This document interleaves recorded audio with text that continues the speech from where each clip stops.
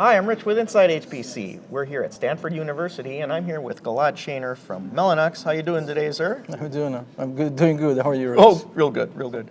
You know, Gilad, you guys started a series of articles on Inside HPC about co-design, but it's a series, and I guess, why don't we summarize the first one? You know, what were you trying to get across, and where is this going?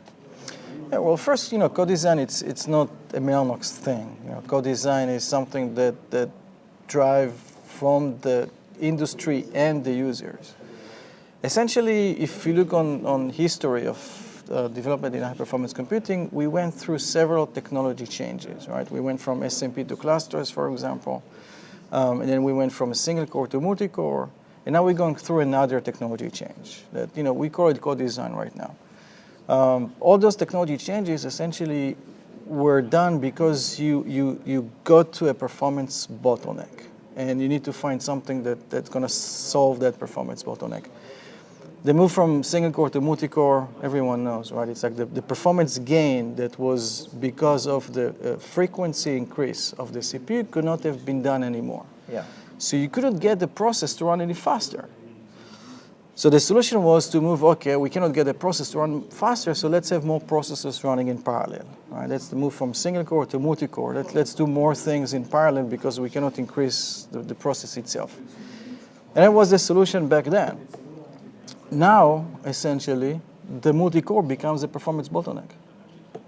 And this is what co-design come to solve. And the reason that multi-core becomes a performance bottleneck is that with multi-core, you can run more things in parallel, which is fine. And today, because of multi-cores, you can find GPUs or coprocessors that has hundreds and thousands of cores, right? So you can break the problem into very small scale of things and run them in parallel. But you cannot increase the processes, or you cannot accelerate the processes running on those cores anymore, regardless of if you add more and more cores.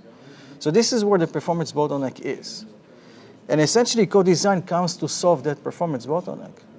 And the idea of co-design is, let's stop looking on the CPU as this is the answer for everything and run everything on a CPU because this is where my performance bottleneck today. Let's look on the application side, and let's look on all the algorithms that we're using and running and see exactly what's the best fit for running those algorithms or where to run those algorithms. And basically, the key today to get higher performance of applications is actually to start working on the data when the data moves. Not to wait for the data to reach the CPU and then only then work on it, but actually to start working on the data when the data moves.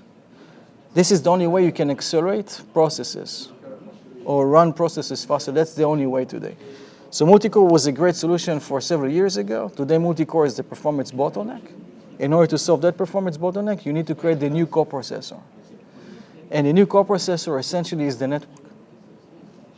Because the network, or moving intelligence to the network, enables you to start working on the data when the data moves. And if you work on the data when the data moves, you can do things faster and more efficient.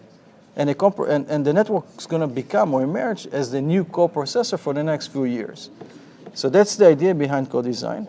There is multiple vendors that working together with users, and there is a lot of NRE that goes to develop new intelligent capabilities within a network in order to achieve those elements. And this is the base of the series of articles that we're writing, and thank you very much for having us as giving us the place to post them, but you will see more users and more ecosystem also post work that is being done around the co-design, as this is essentially the key element to move us to the next level of performance.